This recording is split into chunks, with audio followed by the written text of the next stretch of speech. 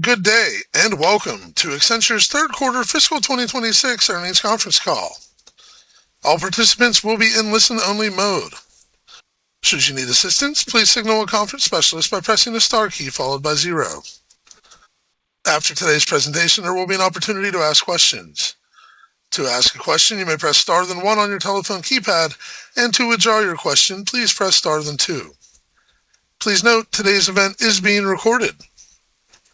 I'd now like to turn the conference over to Alexia Quadrani, Executive Director and Head of Investor Relations. Please go ahead. Thank you, operator, and thanks everyone for joining us today on our third quarter 2026 earnings announcement. As the operator just mentioned, I'm Alexia Quadrani, Executive Director, Head of Investor Relations. On today's call, you will hear from Julie Sweet, our Chair and Chief Executive Officer, and Angie Park, our Chief Financial Officer. We hope you've had an opportunity to review the earnings release, which we issued a short time ago. Let me quickly outline the agenda for today's call. Julie will begin with an overview of our results. Angie will take you through the financial details, including the income statement and balance sheet, along with some key operational metrics for the third quarter. Julie will then provide a brief update on the market positioning before Angie provides our business outlook for the fourth quarter and full year fiscal 2026. We will then take your questions before Julie provides a wrap-up at the end of the call. We're also pleased to announce that we will host our Investor Day in New York City on October 14th. More details to come. Some of the matters we'll discuss on this call, including our business outlook, are forward-looking and, as such, are subject to known and unknown risks and uncertainties, including, but not limited to, those factors set forth in today's news release and discussed in our annual report on Form 10-K and quarterly reports on Form 10-Q and other SEC filings. These risks and uncertainties could cause actual results to differ materially from those expressed in this call. During our call today, we will reference certain non-GAAP financial measures which we believe provide useful information for investors. We include reconciliations of these non-GAAP financial measures where appropriate to GAAP in our news release or in the investor relations section of our website at accenture.com. As always, Accenture assumes no obligation to update the information presented on this conference call. Now let me turn the call over to Julie. Thank you, Alexia, and everyone joining us this morning. And thank you to our more than 798,000 people for your extraordinary work. Before Angie takes you through the detailed numbers, I will give you some color on the quarter and on the progress we're making on our growth strategy. In Q3, we delivered strong results with broad-based revenue growth across geographic markets, industry groups, and types of work, and once again took significant market share, underscoring the relevance of our services and our strong competitive position. To put our performance in context, we added approximately $1 billion in revenue in Q3 over FY25 and $3.4 billion year-to-date over the same period last year. We also delivered strong margin expansion, EPS growth, and free cash flow while continuing to invest in our business and our people. This quarter, we had 30 clients with quarterly bookings over $100 million, bringing us to 104 of such bookings year-to-date, a 13% increase over the same period last year. This is one of the best indicators of the depth of our client relationships and the scale of the reinvention programs we are helping deliver. I also want to give you context on two factors that impacted our results this quarter. First, we were impacted by the conflict in the Middle East. We saw a revenue impact of approximately $100 million compared to our expectations, which was all consulting type of work, split evenly between the direct impact on our Middle East business and indirect effects outside of the region. In the last few weeks of the quarter, we saw this indirect impact globally in products and to a lesser degree in resources, mostly in discretionary spend. In addition, sales in the Middle East were impacted by approximately $400 million and also in EMEA due to longer decision-making. Second, a couple of our large managed services opportunities moved into FY27 for company-specific reasons. Now, on acquisitions, because of the exciting OT cybersecurity acquisitions we announced today, which I'll talk about in a moment, we now expect to deploy approximately $9 billion of capital this year based on the anticipated closing dates of the acquisitions. We are also adding important capabilities in other strategic areas of growth, including our recently announced acquisitions of Alpha Health, a service-led digital health platform in Italy, and Whaler, a leading creator and social agency in the Americas. I am also thrilled to congratulate our approximately 124,000 people who were promoted this fiscal year, a 30% increase over last year, including more than 900 who were promoted to managing director. Our people make the difference in our ability to deliver our results and value to our clients. All in all, we are pleased with how we're executing in this environment. Now let's turn to how we're executing our growth strategy to be the reinvention partner of choice for our clients and the leader in the widespread adoption of AI. And I want to provide a few examples of how we're capturing new areas of demand in the age of AI, what we're doing to expand our total addressable market, and the areas where we are shifting to more non-FTE commercial models over time. We believe that AI will be a tailwind for us and our industry as it scales, because it is a catalyst for reinvention and is creating new opportunities for growth and efficiency for our clients and for us. We are building a stronger foundation every quarter for us to win as AI adoption scales. Let me walk you through some examples. We're starting to see clients who have more advanced digital cores move to larger AI transformation programs. You can see this demand in several significant AI-focused wins across multiple industries and markets, which we publicly announced with companies like British Telecom Group, Mitsubishi Chemical, NSK, Piraeus, Stellantis, TEPCO, Vodafone, and the Women's Tennis Association. The major theme of all of these programs is that we are moving clients from using AI to running on AI. We're also seeing more clients move from pilots to production. And all of this is happening even as AI is still in the early innings. This quarter, we saw another 100 clients initiate advanced AI projects with us. We have announced a number of expansions of partnerships with our top 10 ecosystem partners in AI and data, and our revenue growth from these partners continues to outpace our overall growth. We are also on track to more than double our bookings from our key emerging AI and data partners compared with FY25, including Anthropic, Databricks, Gemini, Mistral AI, NVIDIA, OpenAI, Palantir, and Snowflake. We are deepening these partnerships around specific areas of opportunity where we can combine their technology with Accenture's industry, functional, and delivery expertise. Now, let's talk about our big move in OT security to create a platform-led growth business with a non-FTE commercial model. This morning, we announced that we are acquiring a majority stake in Dragos, a leading platform for operational technology, or OT, cybersecurity, and all of RunZero, a leading vulnerability and exposure assessment firm, and NetRise, a leader in device security. Together, these acquisitions will create a first-of-its-kind OT security platform that lets clients see threats, find vulnerabilities, and fix them before it becomes a crisis. Cyber is a key enabler for AI. We cannot have an AI revolution without critical infrastructure, and you cannot have those without OT security, which is where today the world is most vulnerable. The urgency is real. AI and geopolitical risk are accelerating the need for cybersecurity adoption for the operational technology that underpins critical infrastructure and industrial operations, such as power grids, pipelines, manufacturing, distribution facilities, and data centers. Dragos, which is the anchor of our strategy, has strong ecosystem relationships with our top ecosystem partners, including AWS, CrowdStrike, Microsoft, Palo Alto, and ServiceNow, which we will leverage to scale. Our expansion into the OT cyber platform business builds on our strong foundation of cybersecurity services, including OT. We have grown our services organically and inorganically over the last decade, from roughly $700 million in FY16 to $10 billion in fiscal 2025, a 35% CAGR over the period, 4 times that of Accenture's over the same period. This investment more than triples our total addressable market in OT security, which is growing double-digit. We are also expanding our total addressable market by going after a new, exciting customer segment, the mid-market.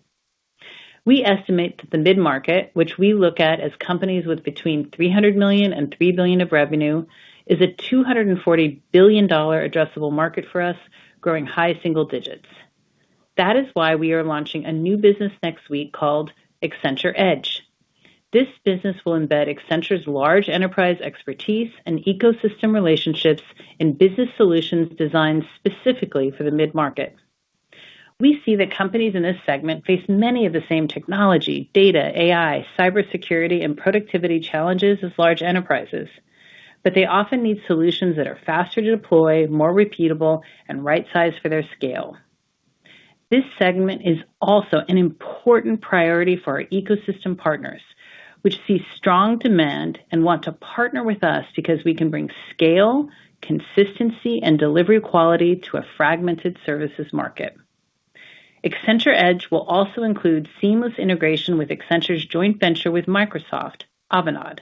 Avanade will continue to serve as the provider of Microsoft platform services to mid-market clients, bringing deep cloud and security and AI expertise to help companies adopt AI at speed and scale.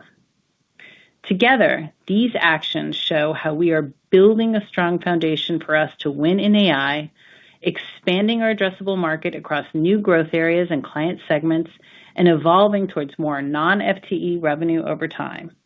We believe this positions Accenture well for our next phase of growth. Over to you, Angie. Thank you, Julie, and thanks to all of you for taking the time to join us on today's call. We are pleased with our third quarter results, with revenue above the midpoint of our guided range, with strong profitability and robust free cash flow. We delivered these results while continuing to invest in long-term market leadership and returning significant cash to shareholders. Based upon these results, we are on track to deliver or exceed all aspects of our guidance provided in September. Let me summarize a few highlights from the quarter. Revenues grew 3% in local currency, with growth across geographic markets, industry groups, and types of work. Excluding the 1% impact from our federal business, revenues grew about 4%. And we continue to take significant market share on a rolling 4-quarter basis against our basket of our closest global publicly traded competitors, which is how we calculate market share. Operating margin expanded 20 basis points to 17% compared to Q3 results last year. This was achieved while making significant investments in our people and our business. EPS grew 9% in the quarter to $3.80 compared to EPS last year. Finally, we delivered free cash flow of $3.6 billion and returned $2.2 billion to shareholders through repurchases and dividends. 9 months into the fiscal year, we invested $3 billion primarily in 13 acquisitions. With those high-level comments, let me turn to some of the details, starting with new bookings.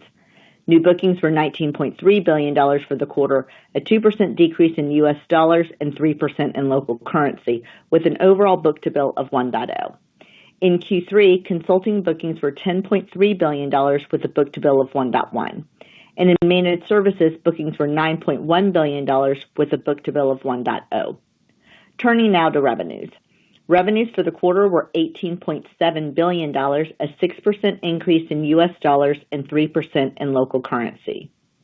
Consulting revenues for the quarter were $9.3 billion, up 4% in U.S. dollars and 1% in local currency. Managed services revenues were $9.4 billion, up 8% in U.S. dollars and 5% in local currency, driven by mid-single-digit growth in technology managed services, which include application managed services and infrastructure managed services, and high single-digit growth in operations. Turning to our geographic markets. In the Americas, revenues grew 1% in local currency. Growth was led by software and platforms, high-tech and industrials, partially offset by a decline in public service. Revenue growth was driven by the United States.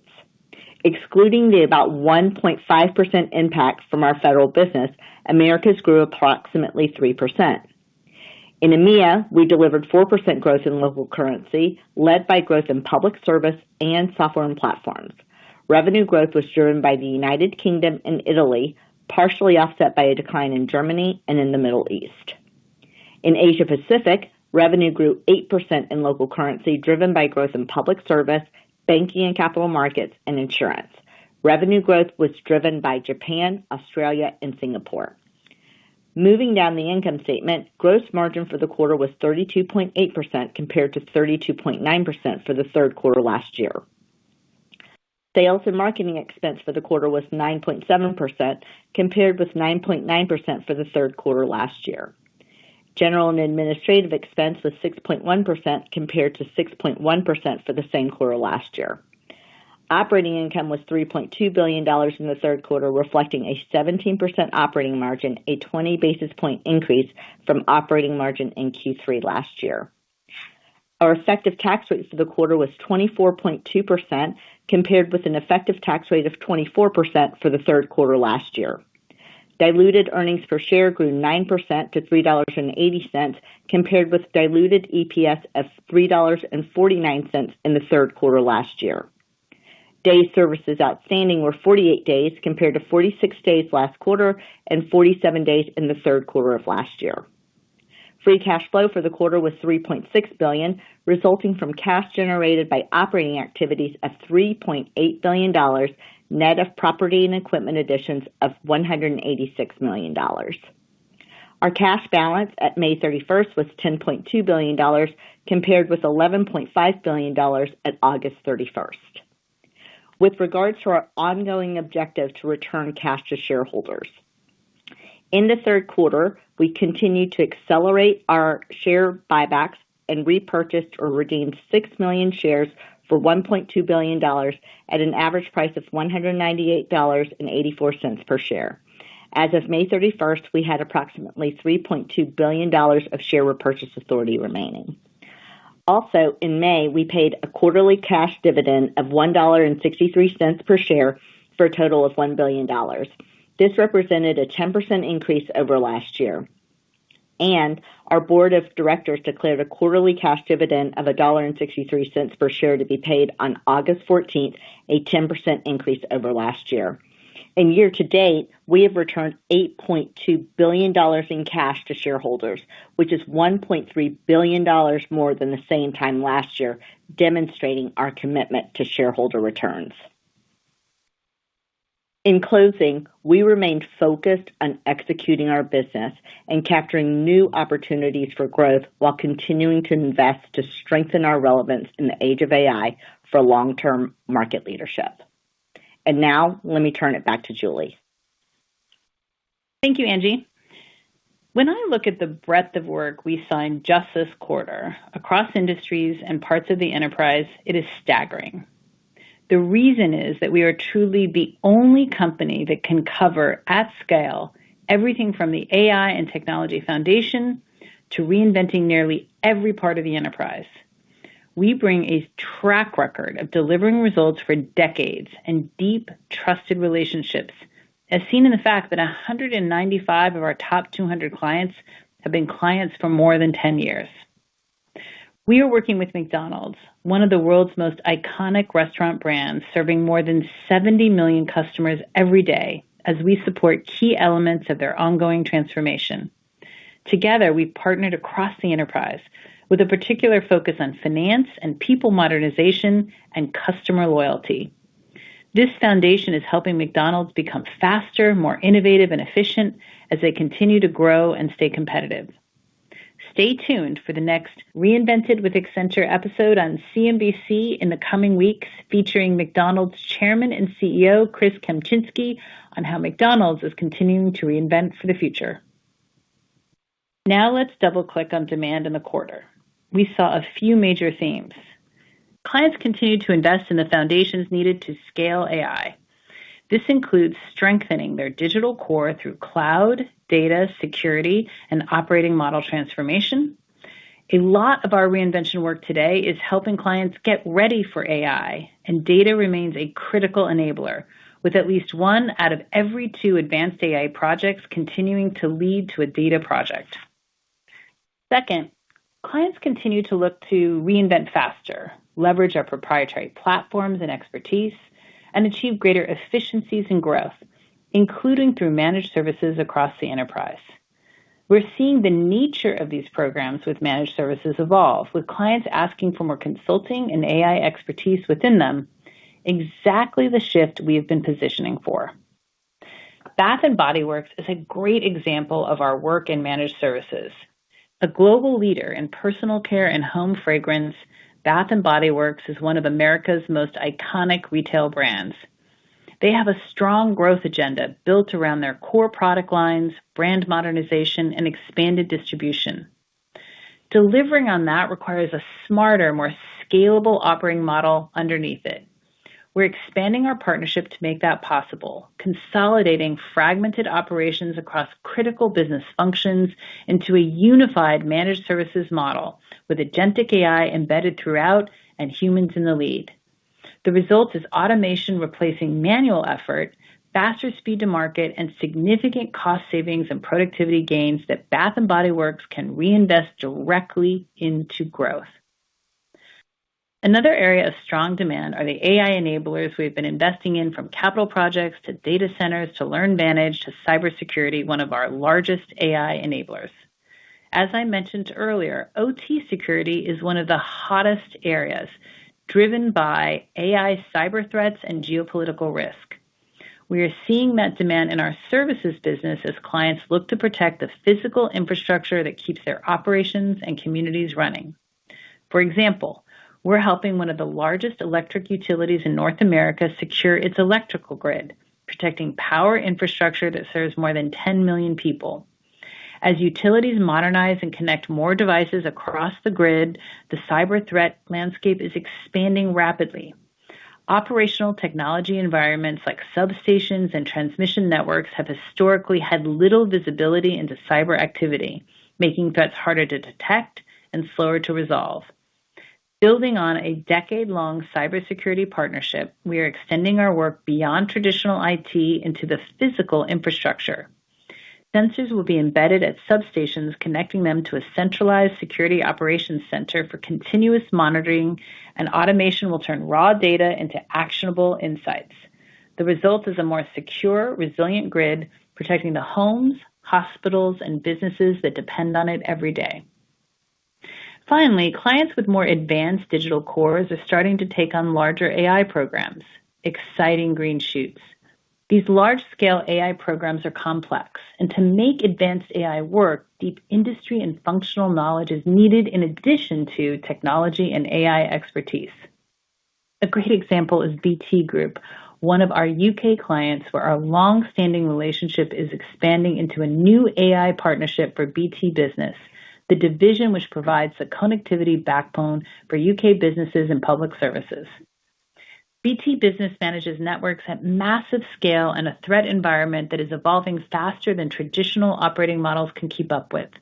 So we're embedding AI directly into the core of how they operate, building on their existing network intelligence, customer data, and service management platform. AIOps capabilities with autonomous agents will detect, route, and resolve incidents with self-healing that accelerates how quickly issues are resolved. The result will be fewer disruptions, faster resolution, and a more resilient network, positioning BT Business to lead the next generation of AI-powered managed services to its customers. As we look at the opportunity to scale AI, we're a partner of choice because we're delivering tangible results.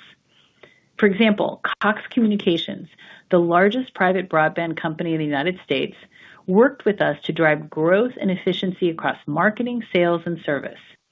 Together with a leading large language model provider and hyperscaler, we built an AI engine that validates and enriches leads, generates personalized campaign content, and automates brand and legal validations.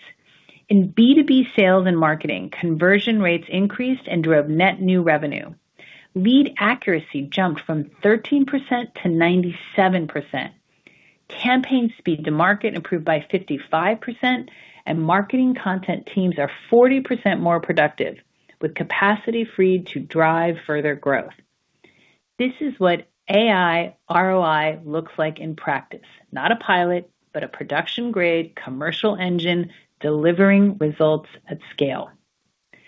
Banco Bradesco, one of Brazil's largest financial institutions, is another great example of delivering tangible ROI from AI. Competing in the country's biggest lending market, new and used vehicle financing, their ambition was to grow deliberately at scale without sacrificing risk discipline. Two fragmented platforms meant slower decisions, inconsistent experiences, and limited ability to compete at speed in a market where dealers and customers expect instant answers. Together, we built a single unified platform that orchestrates the entire journey from dealer portal and customer origination through government database checks, credit validation, and loan processing. All of it works seamlessly in real time across many integrations with and for the bank. Bradesco grew its vehicle financing portfolio 7.3% quarter over quarter, with the unified platform a key enabler of that performance. With that, over to you, Angie. Thanks, Julie. Now let me turn to our business outlook. Given the macro uncertainty, we expect more of the guided range to be in play for Q4. For the fourth quarter of fiscal 26, we expect revenues to be in the range of $17.75 billion to $18.4 billion. This assumes the impact of FX will be approximately negative 0.5% compared to the fourth quarter of fiscal 25 and reflects an estimated 1 to 5% growth in local currency. And as it relates to our federal business, we expect to anniversary the headwind and get back to growth in the fourth quarter. Moving to full fiscal year 26. Based upon how the rates have been trending over the last few weeks, we assume the impact of FX on our results in U.S. dollars will be positive 2% compared to fiscal 25. For the full fiscal 26, we now expect our revenue to be in the range of 3 to 4% growth in local currency over fiscal 25, including an estimated 1% impact from our federal business. Excluding the impact of federal, our revenue is expected to be an estimated 4 to 5%. We continue to expect an inorganic contribution of about 1.5%. With our exciting announcement to expand into the OT security software market that we have just made, assuming those transactions close this fiscal year, we now expect to invest approximately $9 billion in acquisitions this fiscal year, and we continue to have a pipeline of attractive acquisitions for FY27. For adjusted operating margin, we now expect fiscal year 26 to be 15.8%, a 20 basis point expansion over adjusted fiscal 25 results. We now expect our annual adjusted effective tax rate to be in the range of 24% to 25%. This compares to an adjusted effective tax rate of 23.6% in fiscal 25. We now expect our full year diluted adjusted earnings per share for fiscal 26 to be in the range of $13.78 to $13.90, or 7% to 8% growth over adjusted fiscal 25 results. For the full fiscal 26, we continue to expect operating cash flow to be in the range of $11.5 to $12.2 billion, property and equipment additions to be approximately $700 million, and free cash flow to be in the range of $10.8 to $11.5 billion. Our free cash flow guidance reflects a very strong free cash flow to net income ratio of 1.3. We now expect to return at least $9.5 billion through dividends and share repurchases as we continue to return a substantial portion of cash to our shareholders. Finally, as part of our routine review of our capital structure, including taking into account our elevated V&A outlook for FY26, we expect to access the long-term debt market to increase our liquidity for V&A spend and general corporate purposes as we look to optimize our capital structure and reduce our cost of capital. In connection with that, we expect to maintain a strong investment-grade credit rating with a low net leverage ratio. With that, let's open it up so that we can take your questions. Alexia? Thanks, Angie. I would ask that each of you keeps one question and a follow-up to allow as many participants as possible to ask a question. Operator, will you provide instructions for those on the call, please? Yes, ma'am. To ask a question, you may press star then one on your telephone keypad. If you're using a speakerphone, we ask that you please pick up your handset before pressing the keys. If at any time your question has been addressed and you'd like to withdraw your question, please press star then two. Today's first question comes from Brian Keane at Citi. Please go ahead. Hi, guys. Good morning. Thanks for taking the questions. It looks like the Middle East conflict should be alleviating given the recent agreement with Iran and the U.S. How does that impact, you think, the Middle East weakness you saw, the $100 million in weakness you saw this quarter as we get into the fourth quarter? Because you guys are still highlighting some macro uncertainty in the guide. Yeah, thanks, Brian. Because the indirect impact really started in the last few weeks and mostly in discretionary spend, we do think that there will be more impact in Q4, which is why we're saying that more of the range is in play. In these areas, it's not clear how fast things will change, particularly because some of the industries are dealing with kind of longer term issues. So think about automotive, where we have a large presence. They were already challenged, and now with the higher gas prices, that's added to it. So, it's difficult, of course, to predict and even, exactly how it's all going to play out. But because we started seeing it really in the last few weeks on the indirect impact, we do think that more of the range is in play. The impact in the Middle East, again, it just depends on how quickly people start to focus on, kind of growing and that. So Q4, that's how we're seeing Q4. Got it. And then the push out on managed services, on our calculation was a little over $2 billion lower than we expected. Does that bump Q4 totals? Do you get that? Has that already been signed? Does that bump Q4 totals by an additional $2 billion or so? Just trying to quantify the impact there. Sure. No. So what we saw was a couple of deals pushing out to FY27, and not into Q4. So we did see some slippage overall in EMEA, that we're going to try to make up for in Q4. But the bigger deals, and remember, managed services, like when you're doing a deal at say, $300, $400, $500 million, it can have a big swing, right? And so we've seen a couple of the bigger ones move out for company-specific reasons to FY27. So I wouldn't think about it as, massively increasing Q4 at all because it's pushed farther out. Got it. Thanks for taking the questions. Thanks. Thank you. And our next question comes from Tien-Tsin Huang with JP Morgan. Please go ahead. Hi, thanks a lot. Julie, can you give us a little bit more on the thesis of acquiring these three OT security assets? I understand they're great growth spaces within security, but just, there's a lot of layers to this. Sounds like you're adding more non-FTE content. But is there above average risk here? Because you're stitching together the three assets and it sounds like there's going to be some initial dilution. So I just want to better understand the risk there. And then finally, just why prioritize security as an enabler for AI versus other areas to win in AI? We obviously trust what you guys have done in the past. We're just trying to better understand, because this seems more strategic than about, adding revenue per se. Thanks. Thanks, Tien-Tsin. Exactly. This is about long-term growth and really a massive market when you start to think about how it's not about even assets. Everything's going to the physical world, right? Physical AI is coming. Everything's going to be connected. And so you can't have an AI revolution unless you have critical infrastructure and unless you secure when you start moving into physical AI. And you can't have that without OT security. 95% of spend in the past has been about IT security, and OT security is a much bigger market and critical need.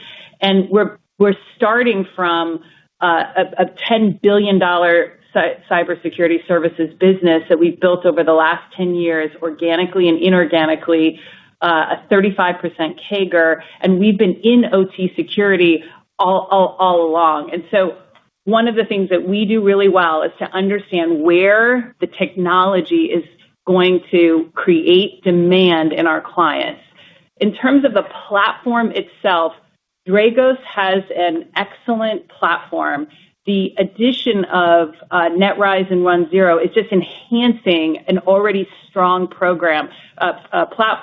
And what companies today do is they have a bunch of fragment. They have to like contract here and they have to contract here and they have to stitch it together. So day one, just the first thing is it's one contract, right? And then we'll enhance the platform, which Dragos has a ton of experience because they've been building that platform. So we don't see risk at all in terms of stitching it. And day one, we're already making companies a lot happier because they can have one buy, not three. This is we view a massive opportunity because it's meeting such a critical need. And it is, simple. You cannot succeed in AI unless you've got security. Got it. No, it's interesting. Trying to learn more about it. That's why I wanted to ask. Just as my follow-up then, maybe for Angie, just thinking if the entire range is in play, to your answer to Brian's question there, just trying to think about the bottom line visibility there. What are you doing to protect the bottom line to the extent that you see maybe if we start to lean more towards the bottom end of the range, for example, what are you doing to protect the bottom line? Is there flexibility there given all the investments that's going on? Thank you. Yeah, and I think, for us, we did, because of the uncertainty that we experienced, particularly in the last few weeks of the quarter, we did want to make sure that you understood that more of the range is in play. Tien-Tsin, I think one of the things that you're trying to get underneath is really around, our exit rate and what that looks like going forward. Right. So, and I know that that's top of mind for you guys because you use Q4 as that basis, but I want to make sure that I get a few points out for you to consider because this is what we're thinking about as well. So if you think about the acquisitions that we have announced today and the expected closing, we do expect to enter FY27 slightly below 2% of inorganic growth. Secondly is our AFS headwind will sunset this quarter, and we expect that it will return to growth this quarter. The third is related to the managed services opportunities that Julie mentioned and when those when they close in 27. And then, of course, the conflict that Julie already mentioned in discussing with Brian, that's a variable, and we'll see how that evolves. But at the same time, we are executing in new areas, including demand in AI and expanding our TAM. So these are the elements as we think about in terms of how we look forward into 27.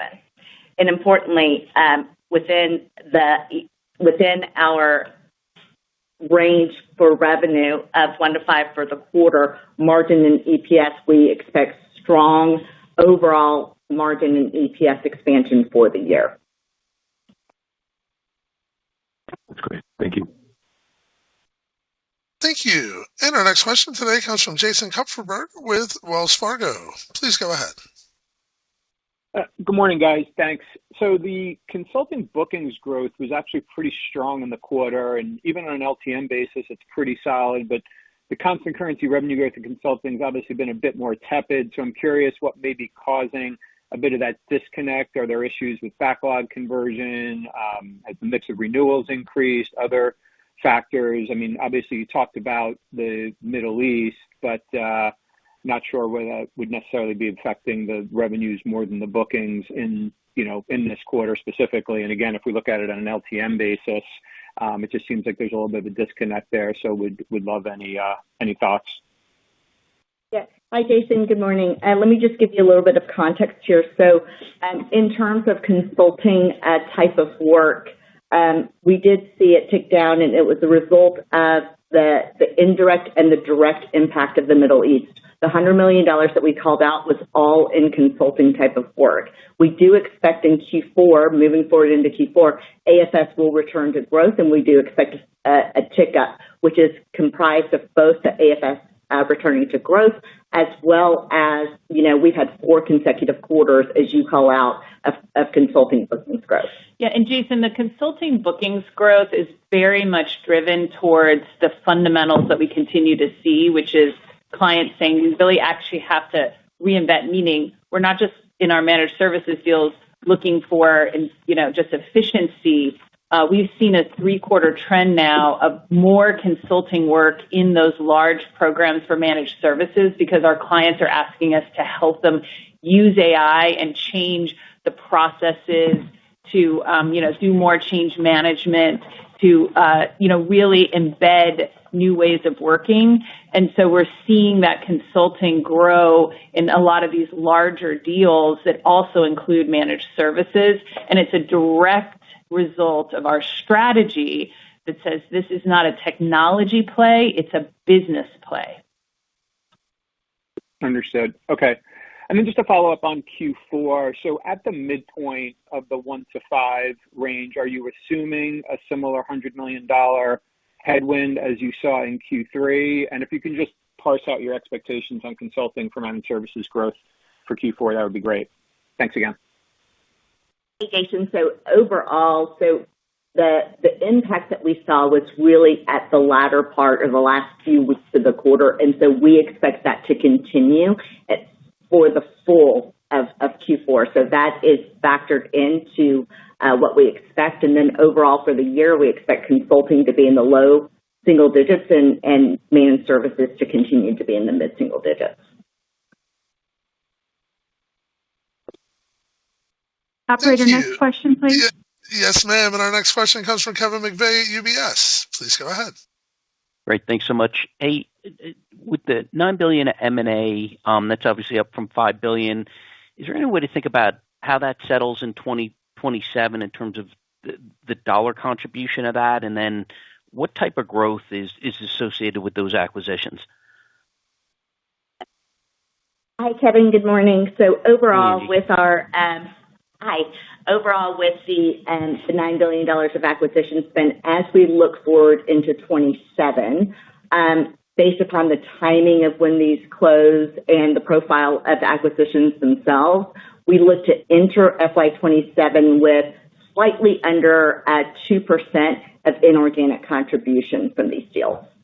Yeah, and Kevin, in terms of just the profile of that revenue, what you're seeing is that we are moving into higher growth areas. So we're really excited about the cybersecurity acquisitions that we just announced.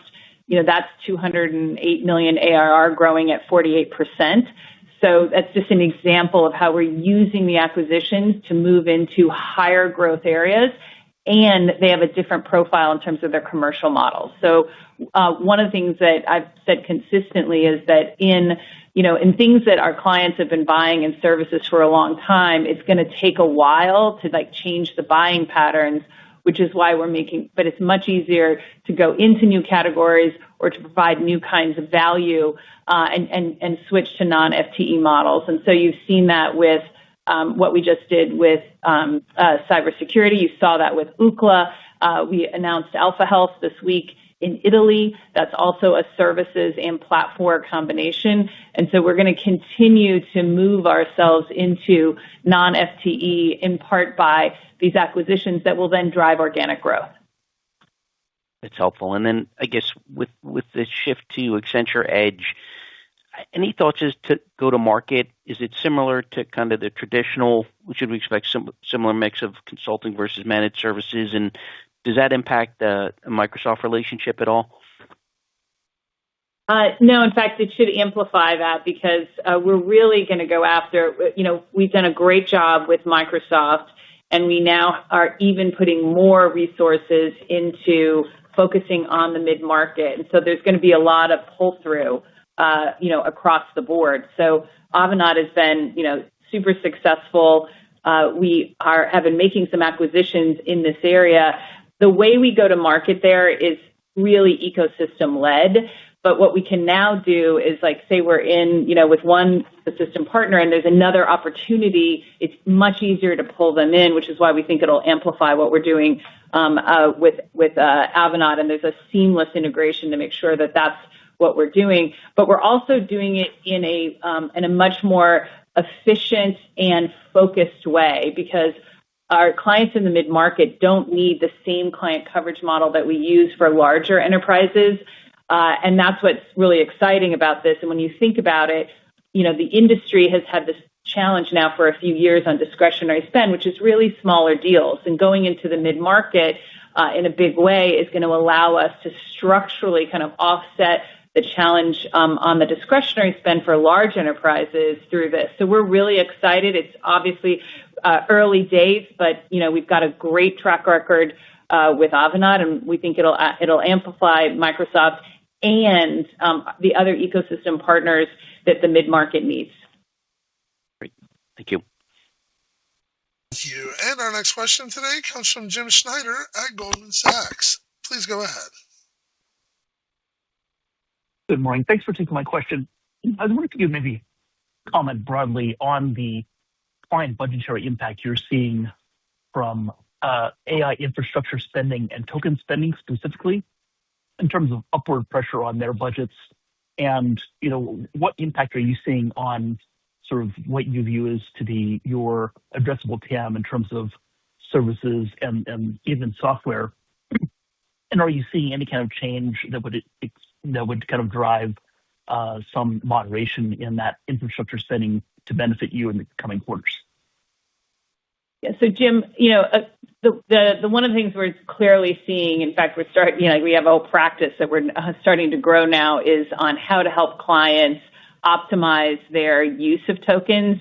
It feels a lot like the cloud scenario. We remember when people were moving to the cloud, and then they were like, "Oh, wait a minute, we're spending a lot more on the cloud than we thought," and we built a whole FinOps practice on helping optimize cloud. So we definitely think that we're seeing that with the clients, and they're coming to us because we're doing a really good job ourselves of being able to know how you use the tokens, which models you use for which problems, and that's something we've been focused on, since the very beginning. It's also helping because we have delivered real ROI, and our clients are seeing the spend, but they're struggling with the ROI, and so it's helping us there. And at the same time, there's a certain amount of spending that's going to happen, and so we're not seeing it be material to impact the spend on services today. And if anything, we think it's going to drive more to use services, and that's how we're seeing it develop. And one of the things that we're really focused on is expanding our TAM in other ways, right? Because the budgets haven't been, even with AI, they're spending it differently, but they haven't been increasing. And that's why, moving into cyber security platform business more than triples our total addressable market in OT security. The mid-market is a massive TAM that we're now going to, and that's not been a focus of ours other than, generally. So, we are really focused on expanding our TAM while we're capturing more of the AI spend. That's helpful. And then maybe just as a follow-up, in terms of M&A strategy, clearly you've been pivoting toward more product-based acquisitions, both with the cyber assets we just announced today, as well as Ookla. Would you expect, given software valuations are where they are today, that you'll be more aggressive going into fiscal 27 in pivoting even harder toward software acquisitions in the next few quarters? Thank you. Yes. So we are definitely seeing at our clients this convergence between services and software, and specifically areas where it requires domain knowledge, requires deep understanding of the enterprise. So OT security is perfect. It integrates with all of our other tech ecosystem partners, but it really requires, supply chain and engineering and, so many skills beyond security. So we are going to continue to look at those opportunities because particularly as the technology and AI changes so much, clients are looking for more and more opportunities to not have to build things, to not have to sort of try to figure it out themselves. And these are areas where we're embedding expertise and data, and that's kind of like our focus with that real expertise. And so in addition to looking at it for acquisitions, we're also going to be building more and more, and we've already started with our ecosystem partners, where we're basically going to have IP together that create solutions that also drive then our services. So and we're building them ourselves. So for example, our tokenomics platform internally, we're now taking to clients, and that's a platform we built to optimize tokens. So the strategy is around acquiring and partnering and building. And you should expect that because those are the opportunities we see in the market for growth, that we'll continue to focus there, as well as AI enablers, right? So, cyber security, capital projects, data centers. Thank you. Thank you. And our next question today comes from Dave Koning at Baird. Please go ahead. Yeah. Hey, guys. Thanks so much. And, maybe just there's so many cross currents right now, macro, AI, just AI impacts, et cetera. When you kind of strip everything out around macro, et cetera, do you believe that there's actually underlying kind of fundamental building of the AI demand? And would you expect, even though we see numbers decelerating a bit, that the actual underlying demand for newer activity is building and can drive acceleration in coming quarters and years? Absolutely, David. And we see that building every quarter. So think about our clients with $100 million of bookings of more. It's 104 9 months in. That's 13% more than last year at this time. We called out that we're starting to see the AI, like large enterprise programs, where they're not just use cases, but really embedding it. And, British Telecom Group is a great example. Stellantis is a great example. Stellantis is across their manufacturing. British Telecom is across their operations. And when we look at the AI projects themselves, right, while still small, there's been a steady increase in the average size. So you're seeing that, and you're seeing that we're starting to have those green shoots of where clients have matured, much more mature digital cores where we've helped them, then the next step of these bigger AI programs. And that fundamental, building of every quarter is continuing. The demand is the same, right? Getting ready for AI and then deploying AI. So we're really optimistic because we believe AI is going to be a tailwind as it scales for us in the industry. Thank you. And one just numbers question for Angie. Fiscal 27 margins, should we expect anything different than the normal 10 to 30 bips? I know with the new acquisitions coming on and investments, et cetera, but is the underlying margin expansion still expected to be about the same as normal? Yeah, and David, we'll give you updates on our overall FY27 outlook, but our goal is always to continue to drive improved gross margins, improved SG&A, while we invest significantly in our business. Great. Thanks, guys. Thank you. Thank you. And our next question today comes from James Fawcett with Morgan Stanley. Please go ahead.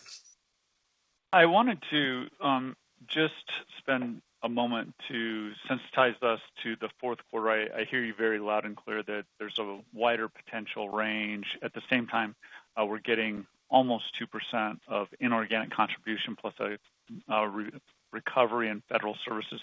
So should I interpret perhaps at the low end of your range ongoing deterioration that you seem to have indicated started to materialize in the latter part of the quarter versus if to get to the upper part of the range, it would be some improvement there and maybe middle of stabilization? I'm just trying to understand the scenario that you're trying to sensitize us to for the fourth quarter. James, yes, that's correct. Okay. And then turning to the acquisitions, really intriguing, and then obviously a lot of questions on that this morning. I'm wondering how we should think about, this type of product-driven acquisitions. Is this where we should think about Accenture being focused on a go-forward basis? And what are the implications that we should have in our minds about the impact to long-term margins, margin trajectory, et cetera? Thanks. Sure, James.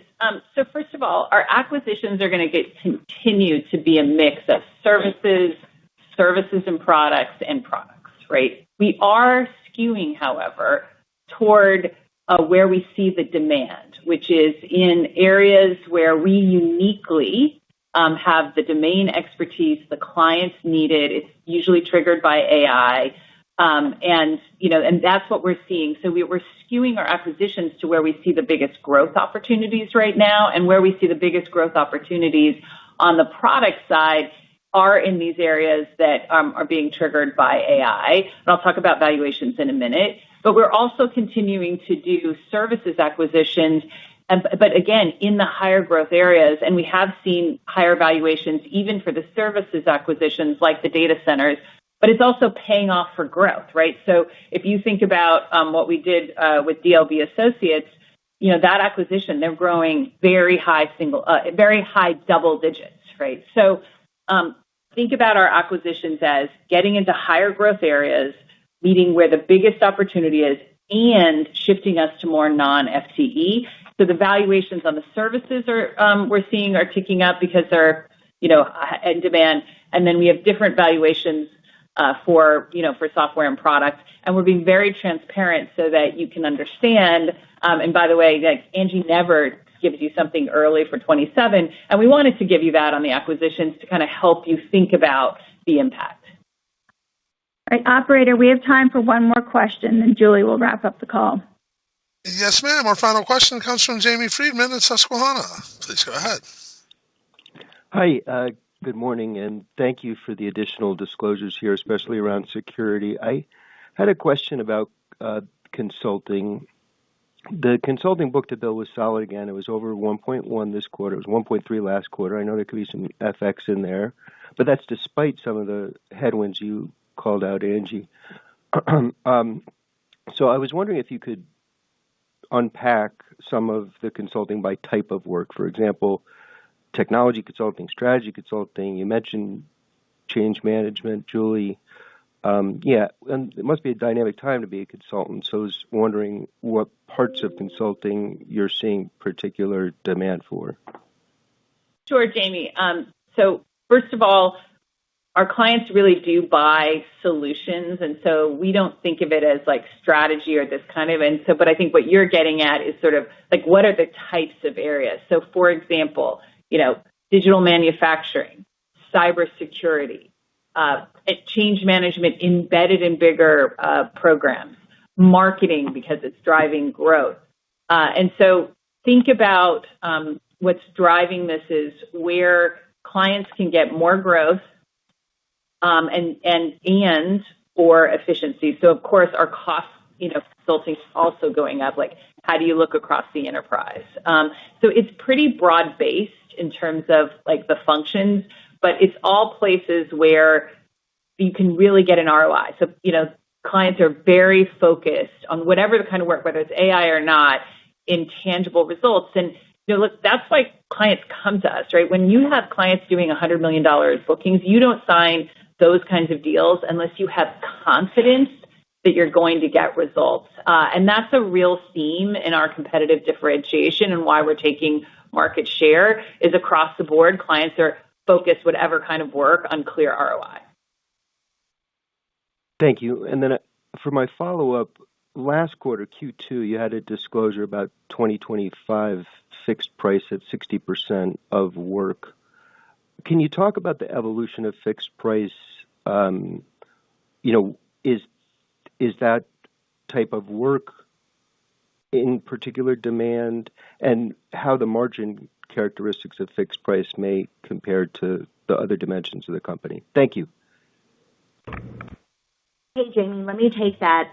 We continue to see our fixed price work be over 60% and continuing to increase.